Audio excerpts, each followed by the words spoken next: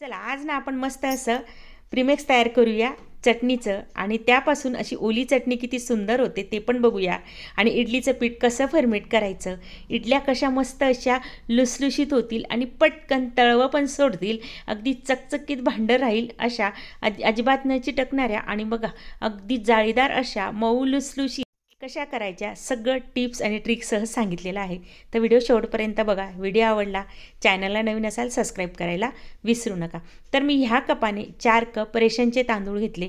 तुम्ही इंद्रायणी तांदूळ सोडून कुठलाही तांदूळ घेऊ शकतात. आता याच सारख्याच कपने उडदाची डाळ घातलेली आहे, पांढरी उडदाची डाळ 1 कपभर आणि अर्धा कप हरभऱ्याची डाळ घातली आहे. 1 चमचाभर मेथी दाणे घातलेले आहेत.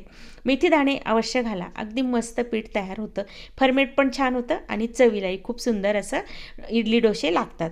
तर चला याला आता 2-3 पाण्याने आपण स्वच्छ असं धुवून घ्यायचं आहे. धुतल्यानंतर यामध्ये जवळजवळ दुप्पट असं पाणी आपण घालणार आहोत, म्हणजे ना छान असं ते फुलून येतील तांदूळ आणि डाळी पण. आता ह्या जवळजवळ 10 ते 12 तास भिजवा. हिवाळ्याच्या दिवसात, उन्हाळा असेल तर 6 ते 7 तासात अगदी आरामात भिजून होतात. तर आता हिवाळा असल्यामुळे मी रात्री भिजत घातलं आणि सकाळी यांना दळायला घेतलेलं आहे. आणि हो, हे पाणी ना अजिबात टाकून द्यायचं नाही हं. ह्याच पाण्यात आपल्याला आता हे बॅटर दळून घ्यायचं आहे. आता डाळ तांदूळ थोडे थोडे टाकून मिक्सरमध्ये दळून घेऊया, म्हणजे तुमच्या मिक्सरची क्षमता जशी असेल तसं. तर बघा आता यामध्ये काय करायचं आहे, हेच पाणी टाकायचं, अजिबात दुसरं पाणी न वापरता आपल्याला हे पीठ तयार करायचं आहे. तर असं मस्त असं गंधासारखं चिकन असं वाटून घ्यायचं. बघू शकता अगदी चिकन वाटा, म्हणजे तुम्हाला ना आयत्या वेळेला याचे डोसे पण करता येतील, इडली करता येईल, तसंच याचे आपण आप्पे पण करू शकतो, उथप्पे करू शकतो. म्हणजे ना एक संघ असं दळलं ना तर सगळे पदार्थ अगदी आरामात होतात बरं का. आता याच पद्धतीने आपण हे सर्व पीठ दळून घेऊ. मी इथे असं खोलगट भांडं घेतलेलं आहे आणि त्यामध्ये हे पीठ तयार करायला ठेवलेलं आहे.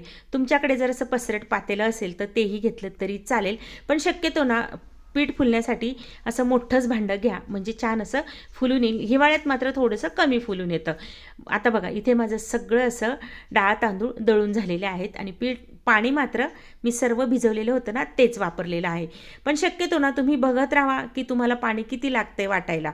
जास्त पातळ करू नका, घट्टही करू नका. आणि वाटून घेतल्यानंतर मस्त असं फेटून घ्यायचं, अगदी एकसारखं एक साईडनेच फेटायचं आणि छान असं त्यात हवा भरून घ्यायची, म्हणजे उडदाच्या डाळी मस्त अशी हवा भरली जाते. हरभऱ्याची डाळ पण छान फुलायला मदत करते. आता हे सर्व बॅटर आपलं तयार झालेलं आहे. तयार म्हणजे दळून झालेलं आहे. दळून झालेलं बॅटर झाकून ठेवायचं.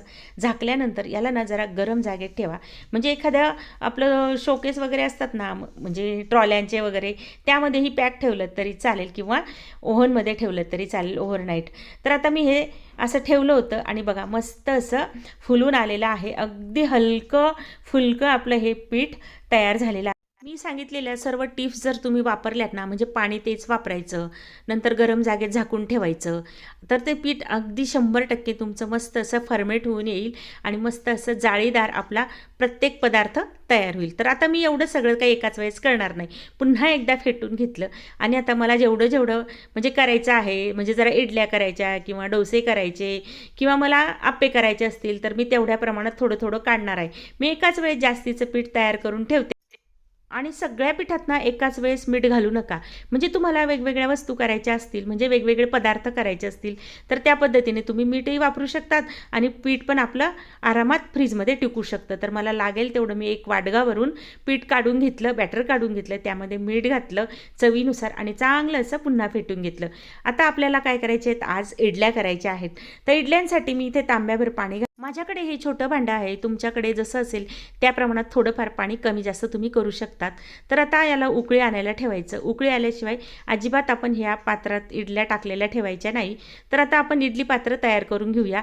यामध्ये आता मी लावलेले आहे तेल.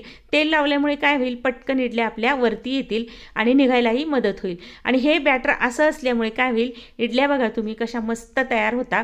तर शेवटी तुम्ही बघणार आहात इडल्या कशा आपल्या तयार झालेल्या आहेत.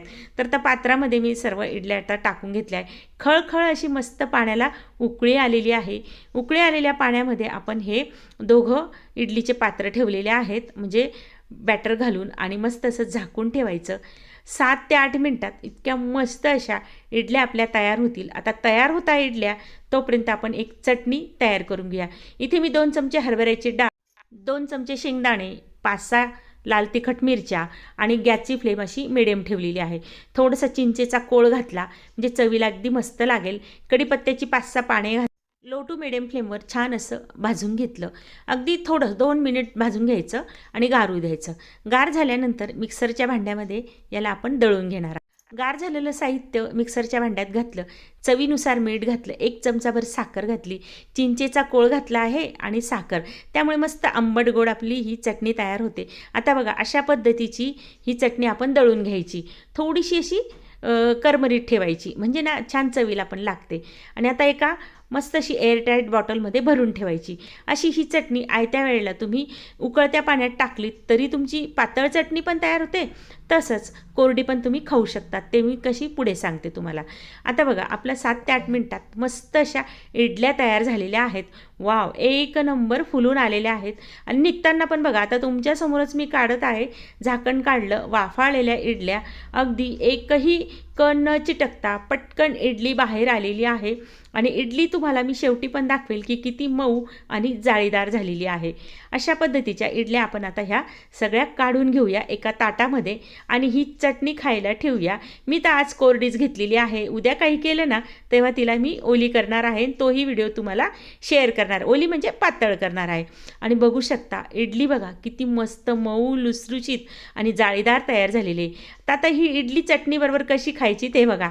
मस्त अशी इडलीवर भुरभुरवायची चटणी आणि मस्त मिक्स करायची. याच्यावर तुम्ही शेंगदाणा तेल घालायचं. एक नंबर चवीला लागतं किंवा गावरानी तूप घालायचं. मस्त अशा खायला घ्यायच्या. तुम्हीही खा, मीही खाते. सबस्क्राईब करायला मात्र विसरू नका चॅनलला.